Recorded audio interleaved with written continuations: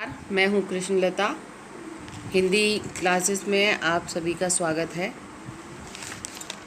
क्षितिज भाग 1 कक्षा 9 का कल हम पाठ 2 लहासा की ओर अध्याय का अध्ययन कर रहे थे। कल हमने पढ़ा, लेखक अपनी तिब्बत यात्रा का वर्णन करते हुए बताते हैं कि वो 16-17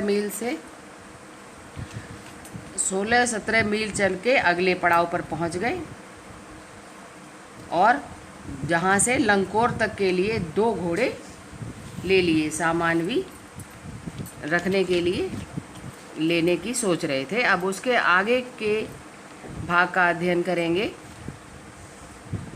दूसरे दिन हम घोड़ों पर सवार होकर ऊपर की ओर चले। डांडे से पहले एक जगह चाय पी और दोपहर के वक्त डांडे के ऊपर जा पहुँचे। हम समुद्र तल से 17-18 हज़ार फीट ऊंचे खड़े थे। हमारी दक्षिण तरफ पूर्व से पश्चिम की ओर हिमालय के हजारों श्वेत शिखर चले गए थे। भीटे यानी टीले की ओर दिखने वाले पहाड़ बिल्कुल नंगे थे। ना वहाँ बर्फ़ की सफ़ेद चादर थी, ना किसी तरह की हरियाली। उत्तर की तरफ बहुत कम बर्फ वाली चोटियाँ दिखाई पड़ती थी। सर्वोच्च स्थान पर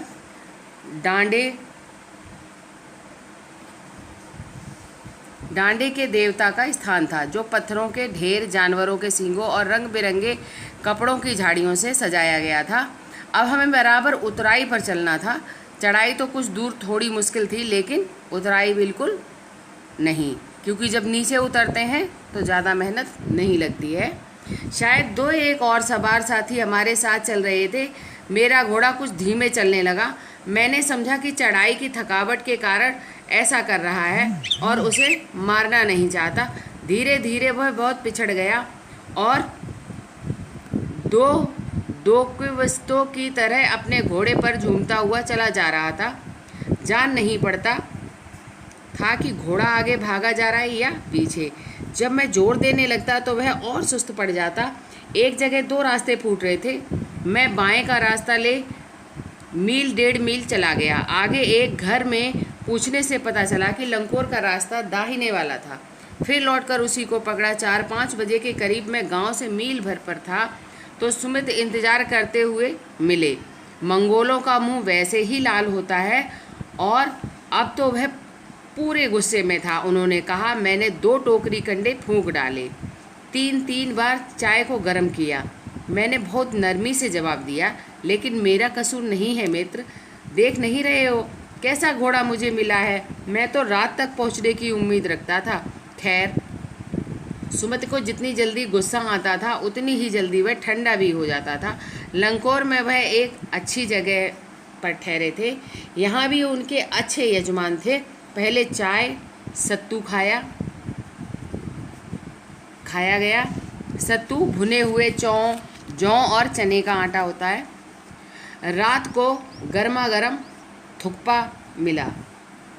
थुक्पा सत्तू या चावल के साथ मूली और हड्डी और मांस के साथ पतली लेई की तरह पकाया गया पदार्थ होता है, उसे थुक्का कहते हैं। तो शाम को उन्हें थुक्का मिला। अब हम तिंगरी के विशाल मैदान पे थे, जो पहाड़ों से घिरा टापू सा मालूम होता था, जिसमें दूर एक छोटी सी पहाड़ी मैदान के भीतर दिखाई पड़ती थी। उसी पहाड़ी का नाम है तिंगरी समाधिगिरी। आसपास के गांव में भी सुमित के कितने ही यजमान थे। कपड़े की पतली पतली चिरी बत्तियों के गंडे खत्म नहीं हो सके थे। गंडे मंत्र पड़ा हुआ एक धागा होता है, जिसे बाजू में बांधते हैं, उसे कहते हैं। क्योंकि बोध गया से लाए कपड़े के खत्म हो जाने पर किसी कपड़े से बोध गया का गंडा बना लेते थे। वह अपने यजमानों के पास जाना चाहते थे। मैंने सोचा यह तो हफ्ता भर उधर ही लगा देंगे। मैंने उनसे कहा कि जिस गांव में ठहरना हो उसमें भले ही गंडे बांट दो, मगर आसपास के गांवों में मत जाओ। इसके लिए मैं तुम्हें लहासा पहुंचकर रुपए दे दूंगा। सुमति ने स्वीकार किया। दूसरे दिन हमने भरिया ढूंढने की कोशिश की। भरिया भाजवाहक जो भार को ले जाता है उसे कहते हैं। भरिया ढूंढने की कोशिश की, लेकिन कोई न मिला।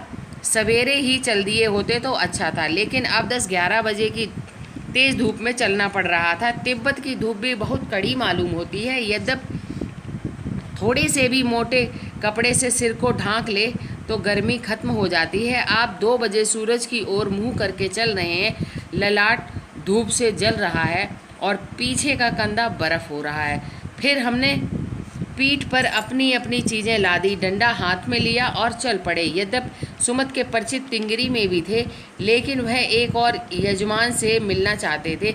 इसलिए आदमी मिलने का बहाना कर शेखर बिहार की ओर चलने के लिए कहा। तिब्बत की ज़मीन बहुत अधिक छोटे बड़े जागीरदारों में बटी। इन जागीरों का बहुत ज़्यादा हिस्सा मठों के हाथ में है। अपनी अपनी जागीर में हर एक जागीरदार कुछ खेती खुद भी करता है, जिसके लिए मजदूर बेगार में मिल जाते। बेगार यानी बिना कीमत लिए काम करने वाले लोग मिल जाते हैं। खेती का इंतजाम देखने के लिए वहाँ कोई भिक्षु भेजा जाता है, जो जागीर के आदमियों के लिए राजा से कम नहीं होता। शेखर की खेती के मुखिया भिक्षु बड़े भद्र पुरुष थे। वह बहुत प्रेम से मिले। हालांकि उस वक्त मेरा भेष ऐसा नहीं था कि उन्हें कुछ भी ख्याल करना चाहिए। यहाँ एक अच्छा मंदिर था, जिसमें कंजूर यानी बुद्ध वचन की हस्तलिखित 103 पोथियाँ रखी हुई थी। मेरा आसन भी वहीं लगा। वह बड़े मोटे कागज़ पर अच्छे अक्षरों में लिखी हुई थी। एक एक पोथी 15-15 शेर से कम नहीं रही होगी। सुमित ने फिर आसपास अपने यजमानों के पास जाने के बारे में पूछा। मैं अब पुस्तकों के भीतर था, इसलिए मैंने उन्हें जाने के लिए कह दिया। दूसरे दिन वह गए। मैंने समझा था 2-3 दिन लगेंगे, लेकिन वह उसी दिन दोपहर बाद चले आए। टिंगरी गांव वहां से बहुत दूर नहीं था। हमने अपना सामान पीठ पर उठाया और भिक्षु नमसे से विदाई लेकर चल पड़े। आशा करती हूँ ये भाग आपको अच्छा लगा होगा।